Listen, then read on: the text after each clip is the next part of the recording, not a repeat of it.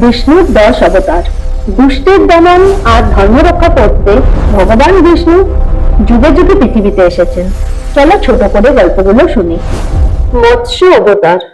সত্যযুগে প্রলয়ের সময় বিষ্ণু মাছ হয়ে মনুকে বাঁচান। মনুর নৌকা নিজের শিং দিয়ে টেনে নিয়ে যান, দেবও উদ্ধার করেন। কূর্ম অবতার।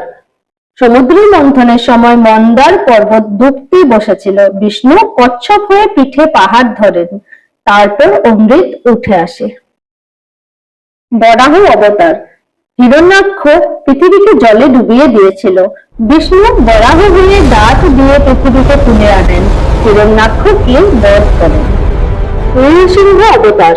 হিরণ্যকশিপু বর পেয়েছিল, না দিনে না রাতে না ঘরে না বাইরে মরবে না।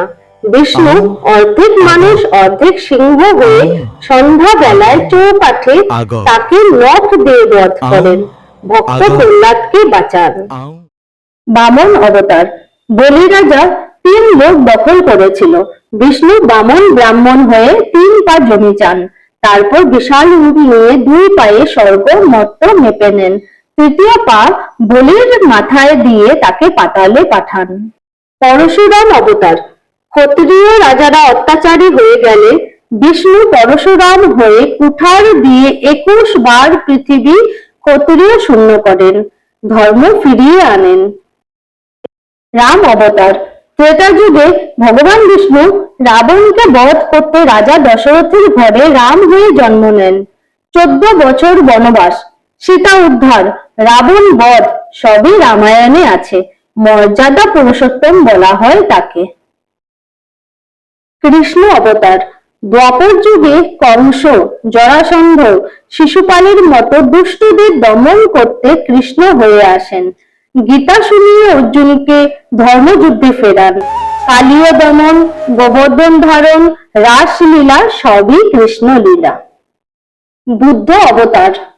কলিযুগে জীবহত্যা বন্ধ করতে বিষ্ণু বুদ্ধ হয়ে আসেন, অহিংসার বাণী প্রচার করেন, করুণা আর মধ্যপথের শিক্ষা দেন। কল্কি অবতার। কলিযুগের শেষে অধর্ম যখন চরমে পৌঁছাবে, বিষ্ণু কল্কি হয়ে সাদা ঘোড়ায় তলোয়ার হাতে নিয়ে আসবেন, পাপীদের বিনাশ করে সত্যযুগ শুরু করবেন। যখনই ধর্মের গ্লানি হয়, অধর্ম বেড়ে যায়, তখনই ভগবান নিজেকে সৃষ্টি করেন। যেমন গীতায় কৃষ্ণ বলেছেন, यदा यदा हि धर्मस्य ग्लानिर्भवति भारत